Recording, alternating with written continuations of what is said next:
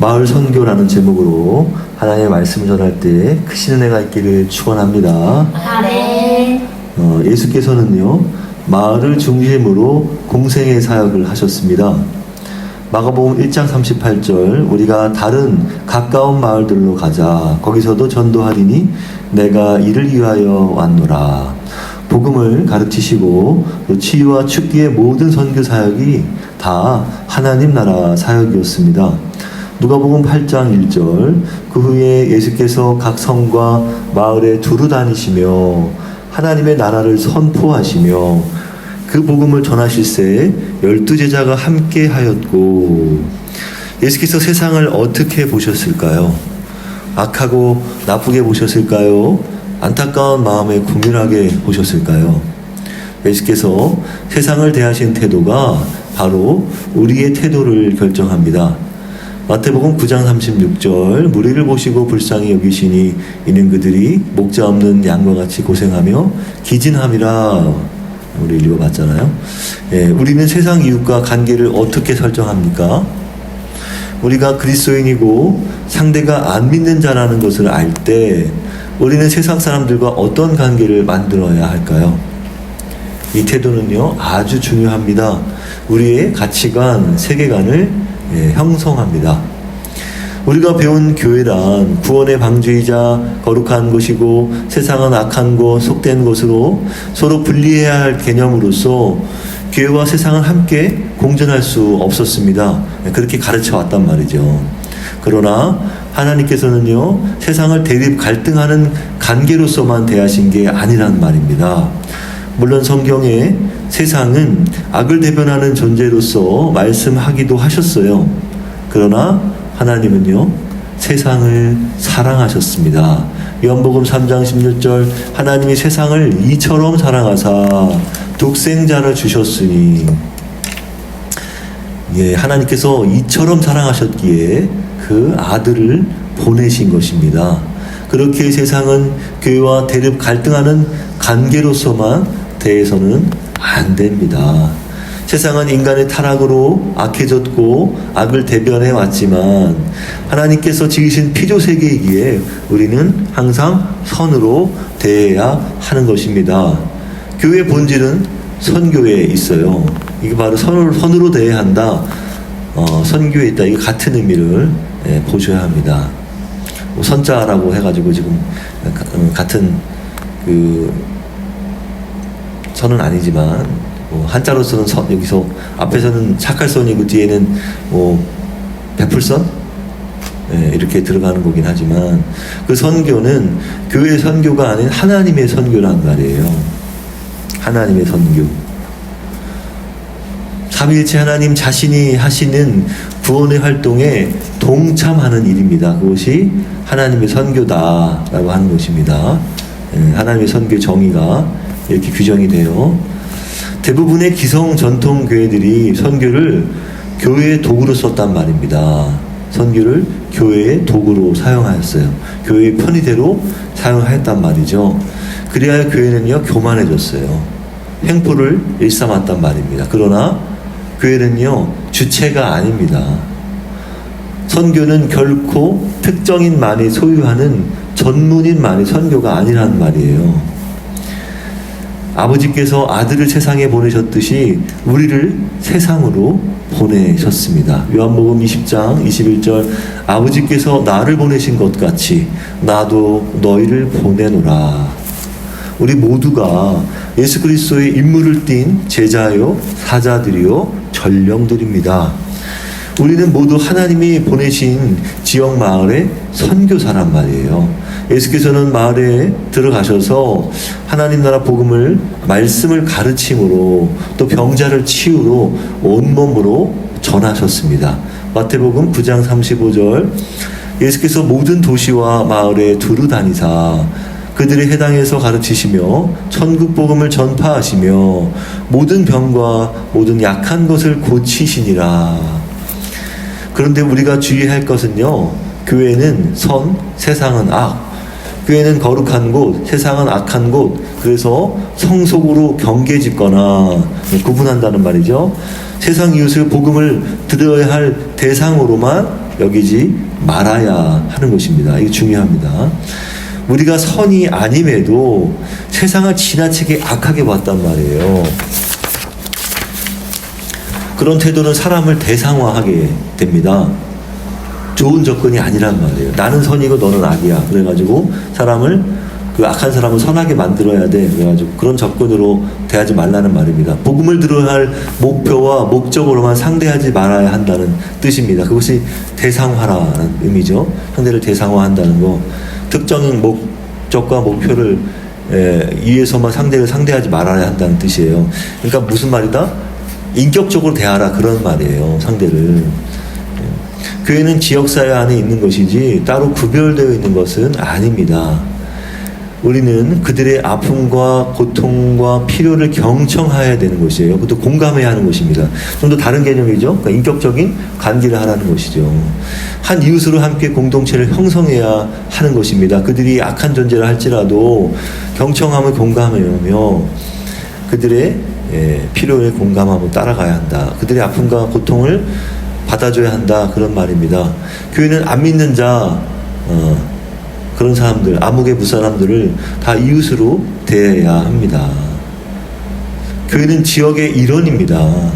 그들과 구별된 거룩한 존재가 아니라 한 지역의 우리 교회도 한 일원이다 이거예요. 자기들끼리 모임이 아니라, 자기들끼리 구원의 방주가 아니라 그 지역과 마을과 소통하며 같이 하나됨을 이루어야 한다. 공동체를 형성해야 한다. 그 말입니다. 그래서 교회는 마을의 삶과 필요에 눈 감지 말고 마을과 어울리며 이웃이 되며 한 마을 공동체의 일원이 되어서 좋은 마을을 만들어 가는데 앞장서야 하는 것입니다. 같은 이웃이라 여겨라 이겁니다. 우리는 우월한 존재고 너네는 열등한 존재야, 이렇게 보지 말라는 얘기예요. 그러나 기성 전통 교회들은 교회 성장이나 교세 확장에만 몰두한단 말입니다. 다시 보겠습니다. 기성 전통 교회들은 교회 성장이나 교세 확장에만 몰두한단 말이에요. 그러니까 좋지 못한 자세죠. 그런 방법은 성경적이지 못하고 어딘가 어긋나 있어요. 그렇게 되면 누구든지 외형적 목적에 동원되는 겁니다. 그 교회 교인이든 밖에 있는 뭐 이웃이든 간에 다 어떤 이 교회 성장이나 교세 확장의 목적을 위해서 사람들을 동원한단 말이에요. 그거는 인격적인 관계가 아니죠. 교회는 건물 크기로 경건과 영성이 평가되는 거란 말이에요. 그런 눈으로 보면 규모와 토건화되어서 건물의 크기가 뭐 신앙 수준이 있냐 자랑한단 말이에요. 그것은 한마디로 자본화된, 세속화된 세속교회란 말이에요.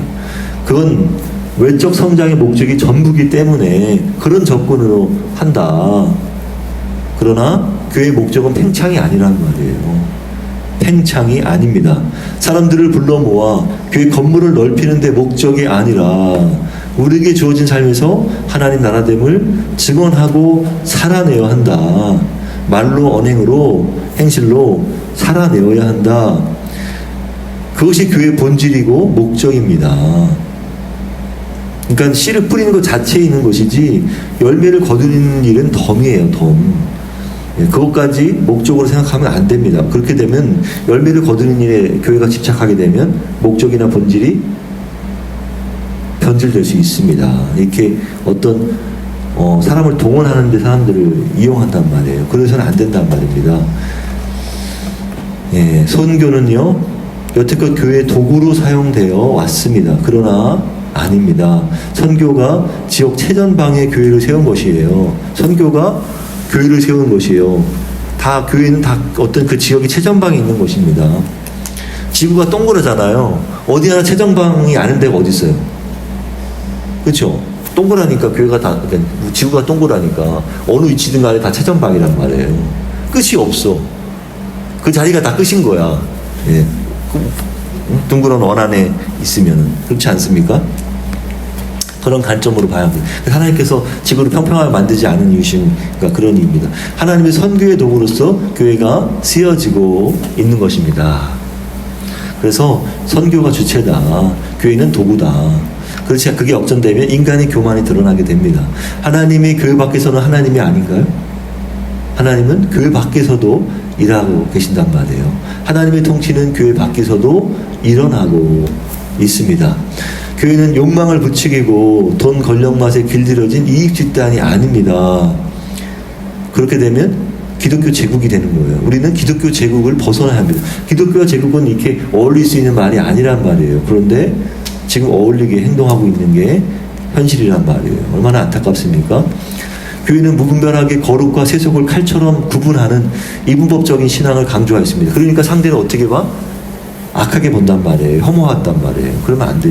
교회와 세상 사이 경계선을 열심히 그었단 말이에요. 그래서 교회가 변질되고 선교가 변질되는 것입니다. 교회가 하나님의 영광과 거룩을 나타내지 못함으로 하나님의 구원 행위가 아닌 교회의 영업활동으로 만들어 놓았단 말이에요. 교회가 변질되니까 선교가 변질되는 것입니다. 교회를 너도나도 경쟁적으로 부흥성장시키는 것이 존재의 목적인 것처럼 알았기 때문에 한국교회는 공격적인 전도나 큰 규모의 성전 건축을 성공 조건으로 여겨왔단 말이에요. 그래서 다 사람들이 그게 진짜인 줄 알고, 우리 같은 교회는 교회도 아닌 줄로 알고 이단인 줄 알고 여겨왔단 말이죠. 왜? 눈에 보이는 게 전부니까. 교회의 존재됨은 교회의 크기가 아니라 뭐다? 교회를 이루는 우리 자신이란 말이에요. 우리 자신으로서 교회가 어떤 곳인지 교회됨을 알려야 하는 것입니다. 나를 보면서 교회가 보이고 그 공동체가 보이고 예수님이 보이고 하나님이 보이는 거란 말이에요. 그래서 나는 교회를 대변하는 것이고 하나님을 대변하는 존재가 되는 것입니다. 교회 건물이 나의 신앙을 나타내는 것이 아니라 내 삶이, 내 언행이 내 신앙을 나타내는 것입니다. 이것이 바로 교회의 모습이란 말이죠. 사람을 끌어당기는 힘도 중요하지만 찾아가는 힘도 필요한 것이에요. 우리는 늘 끌어당겨, 내가 매력이 있어서 사람들이 나에게 주목을 해야 돼, 뭐 그런 것처럼 우리 교회가 매력이 있으니까 우리 교회로 와야지, 이렇게만 생각한단 말이에요. 아니란 말이에요. 예수님은 찾아가셨단 말이에요. 그 바로 성육신이란 말이죠. 모이는 교회만이 교회가 아니라 세상으로 흩어지는 교회도 교회란 말입니다. 같은 의미란 말이에요. 지금 끌어당기는 건 모이는 교회, 세상으로 흩어지는 건 내가 찾아가는 교회란 말이에요. 구심력과 원심력을 함께 움직여야 합니다. 그렇죠? 구심력은 끌어당기고 원심력은 밖으로 나가는 거잖아요. 주일에 교회로 모이고 일상에는 세상에서 몸으로 신앙을 살아내는 것입니다. 경건, 신앙생활이란 하나님 나라가 우리 가운데 임하도록 하는 일입니다. 그것은 뭐 교회 공동체에 있던 세상 가운데 있던 간에 상관이 없잖아요. 하나님 나라가 우리 가운데 임하도록 하는 것은 위치가 어디든 간에, 장소가 어디든 간에, 소속이 어디든 간에 상관없단 말이에요. 부자가 가진 재산을 이웃과 나누는 일, 몸 팔던 여인이 죄를 돌이켜서 그리스도인이 되는 것, 그렇죠? 원수를 용서하고 친구로 받아들이는 일, 또 타인을 혐오하더니, 가난하니, 억울한 일로 인해 고통받느니, 혼자 살아가느니, 그런 타자의 삶을 보고서 우리 교회가, 또 우리가 그리스도인들이 모두 이웃으로 받아들이니, 그것이 뭐다? 하나님 나라의 임재란 말입니다. 이들 모두가 일상에서 하나님 나라를 경험한 삶인 거예요. 이런 사람들을 받아들이는 그 모습 하나하나가 다 하나님 나라를 경험한 삶이란 말이에요. 신앙이란 개인의 고백에 머물러서는 안 되고 실제 사회적이며 관계적인 차원으로 확장되어 가야 하는 것이다. 그것이 하나님 나라된 삶이다. 그런 삶은 모두 성육신적인 삶입니다. 예수님께서 하셨듯이 성육신적인 선교의 삶은 이웃의 삶으로 들어가는 일입니다. 남의 삶으로 들어가는 거, 그게 우리가 해야 될 이 정서적 노동이고 정신적 노동이고 섬김의 삶이란 말이에요. 경청의 삶이고 공감의 삶이란 말. 이런 작업을 하셔야 합니다. 여러분들이 안 하면은 선교하기 싫어하는 거예요. 그러나 우리가 이해하고 있던 복음에 대한 이해는 어땠습니까? 개인적이고 사적이었단 말이에요. 이게 잘못된, 특히 보수교회들이 이렇게 가르친단 말이에요. 개인적이고 사적인 것으로 아니란 말이에요. 그러나 복음은요, 공적인 진리입니다. 복음은 공공성을 가지고 있어요. 이게 아주 중요한 개념입니다. 그렇게 우리는 이웃의 상처나 아픔을 예면해서는 안 된다는 말이에요. 우리 마을 사회의 어두운 현실에 침묵해서는 안 된단 말이에요. 왜? 복음의 공공성이 있기 때문에, 공적인 진리이기 때문에. 복음이란 교회 안에 갇혀서는 안 된단 말이에요. 그래서 세상 한가운데서 증언하는 능력이 되어야 하는 것입니다. 선교한다는 것은 하나님의 사랑 행위에 동참하는 것입니다. 사랑 행위에 동참하는 것이다. 하나님의 긍휼 행위에 동참하는 것이다. 그것이 선교다. 선교한다는 것입니다. 복음을 전한다는 것은 타인을 긍휼히 여기고 관계를 맺으며 하나님 사랑으로 타인을 섬기고 돕는 것입니다. 그것이 바로 선교하는 것이다. 마을 속으로, 세상 속으로, 사회 속으로 들어가야 하는 것이다. 이웃의 삶으로 들어가야 한다. 같은 말입니다. 복음이란 십자가 속죄의 복음이 아니라 바로 개인 복음, 개인 복음은 속죄의 복음이라고 합니다. 그러나 이 복음이 속죄의 복음이다 이런 말이 성경에 있을까요? 성경에 이런 문구가 정확히 없어요. 사실은 복음과 속죄란 말이 같이 붙어있지 않습니다. 그러면 뭐가 붙어있냐? 복음은 하나님 나라 복음에 붙어있어요. 하나님 나라란 말이 붙어있습니다. 그래서 그 정확한 성경이 기록하고 있는 문구는 복음은 하나님 나라라는 말에 붙어있다는 것입니다. 속죄는, 속죄의 복음은 무슨 의미냐 하면 내 죄가 용서받는다, 천국의 복음이다, 내가 천국 가는 것, 내가 구원받는 것, 이런 개념으로서만 잡혀있어요. 속죄의 복음이라는 의미는. 그러나 하나님 나라 복음은 무슨 의미냐? 이 땅이 하나님 나라된 삶을 이루어가는 것이다. 그런 의미가 담겨 있습니다. 좀 더 복음에 대한 개념이 크잖아요.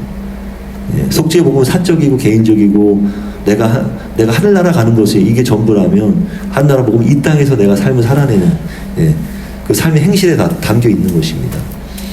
복음을 받아들인 이들이 변화되어 가족과 이웃과 동료를 하나님 나라에 동참케 하는 것이다. 바로 하나님 나라 복음인 것이죠. 신앙이란 고작 죽어서 천국 가는 것이 아니라 속죄의 복음이다. 이것이 여기 바로 보수교회들이 얘기하는 개념의 속죄의 복음.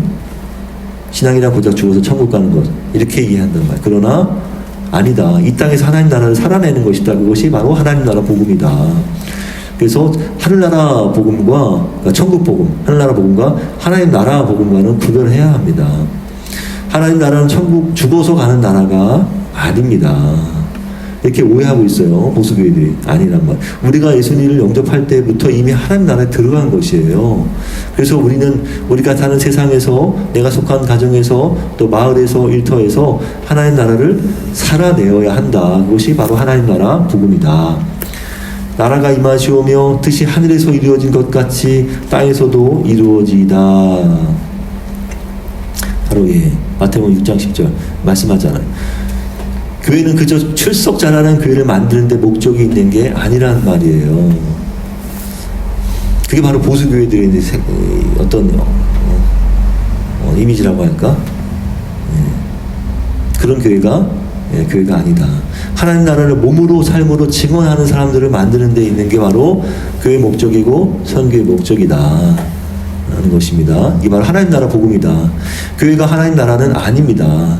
그러나 이 땅에서 가장 닮은 공동체요, 하나님 나라 DNA를 본질적으로 모방하는 공동체란 말이에요. 우리는 그 나라를 향해서 닮아가는 것이요, 따라가고 살아내는 것입니다. 마태복음 18장 20절, 두세 사람이 내 이름으로 모이는 곳에는 나도 그들 중에 있느니라 라고 예수님께서 말씀하셨잖아요. 두세 사람이 모인 곳은 나도 그들 중에 있다 말씀하시잖아요. 그런 말씀을 따라서 예수님께서 임하신 곳이 바로 하나님 나라가 임했다는 것입니다. 그렇게 고백하고 우리는 증언하게 되는 것입니다. 하나님 나라는 이미 우리에게 오셨고 임하셨어요. 그러나 하나님 나라는 아직 우리에게 다 오지는 않으셨단 말이에요. 그래서 우리는 이미와 아직 사이에 있습니다. 하나님 나라는 예수께서는 세상 끝에 오신다고 말씀하셔요. 다시 오실 그때 하나님 나라가 완전히 완성되는 것입니다. 그래서 하나님 나라는 이미와 아직 사이에 있다. 우리도 이미와 아직 사이에 있다. 우리의 구원도 이미와 아직 사이에 있는 거예요. 같은 의미입니다. 하나님 나라는 이꼬르 구원이잖아요. 우리 구원 받았잖아요. 그런데 우리는 아직 구원받지 않았다. 이렇게 두 말 같이 할 수 있다는 말이에요. 그런데 구원파는 하나님 나라 어떻게 얘기합니까? 이미 구원 받았다 이렇게만 이미만 얘기하잖아. 아직을 얘기 안 하잖아.